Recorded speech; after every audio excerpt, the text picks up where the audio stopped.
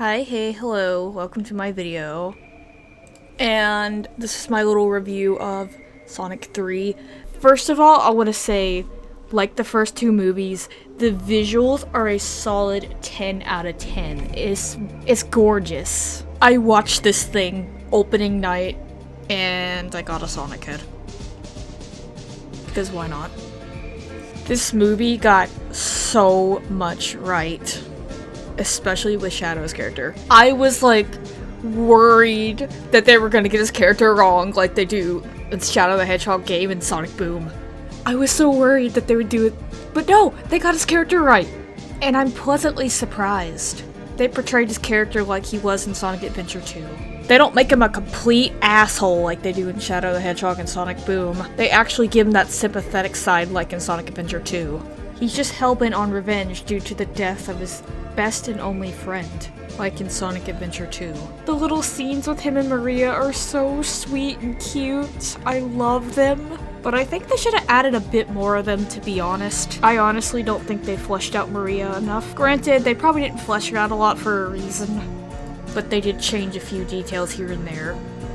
Like his backstory, he's still got Maria and all that, wanting revenge and stuff. Wanted to avenge Maria.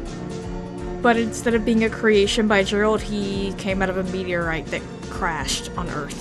Which makes me question, where exactly did he come from? Did he come from the same place that Sonic was at with Longclaw, or somewhere else? And if I'm remembering this right, wasn't the world with Longclaw on a different universe?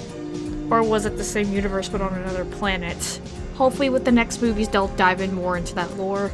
And oh my god, Sonic's character was good as well. He does his little cocky jokes until things get serious. Like when Shadow hurts Tom, he is pissed. And then he takes the Master Emerald despite the promise he made with Knuckles. Just like Shadow, he is now hell-bent on revenge. And then right at the end of the fight, he decides to not hurt Shadow anymore, saying, "This is not who I am." And then Shadow's like, "Just finish what you started." He's like, "No." And then this is my favorite scene. They're talking to each other about how Sonic misses Longclaw and then how Shadow misses Maria. Then Shadow realizes the errors of his way and starts sympathizing with Sonic and then joining him. And another one of my favorite scenes, they both go super. It is epic. They both prevent the Earth from being destroyed together.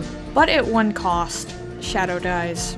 And Eggman also dies. At least, I think they're dead. They said that they sacrificed themselves for the Earth, so guess we'll have to see. Despite Shadow being my favorite character, I think it's best off they kill him instead of flanderizing him, to be honest. Because you know what happened in the games when they, decided to revive him, right?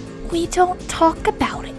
I think the only game that got him right after the revival was probably Sonic 06. I'm not sure about Sonic Heroes because I don't know much about that game, but I know in Sonic 06 they got his character right. So if they do plan on reviving him, just make him like he is in Sonic 06. I know that game's one big pile of stinking shit that you don't want to touch, but it's the only game that got his character right after Sonic Adventure 2 that I know of anyway. As for Eggman, I have no idea what's gonna happen since he's dead now.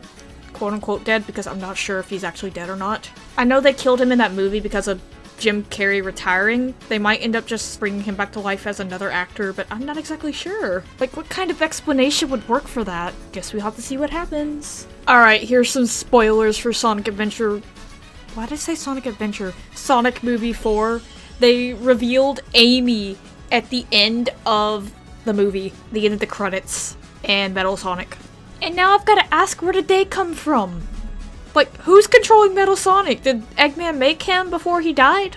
I don't know. I assume they're gonna base Sonic Movie 4 off the Sonic OVA and the Sonic CD game. That's my best assumption, since it also has Amy being introduced too, so guess we have to see when that movie comes out. So this is the final thing I'm gonna be talking about. It's the flaws in Sonic Movie 3. At least the flaws that bothered me. I think the Eggman and Joe Robotnik scenes, drag out. They're such a bore. Some of them are really funny, but for the ones I didn't really care for, oh my god, they just drag on. Make it stop. The one where Eggman dreams about what his life's gonna be like now that he has met his grandpa is probably the best one. And the one I didn't really care for was the dancing scene when they got inside gun headquarters. Granted, that's just me though, there's probably other people out there that like those scenes. And the references, some of them hit, some of them miss. Some of them took me out of the experience. The low budget flight line was absolutely just perfect. I was not expecting Sonic to say that, but I absolutely love it. My favorite reference though is when Sonic calls Shadow Hot Topic. That's just the best thing ever. But yeah, that's my Sonic 3 review. I cannot wait for this movie to release on DVD because I am buying it. And then I'm gonna watch it over and over and over again because I'm obsessed. Help.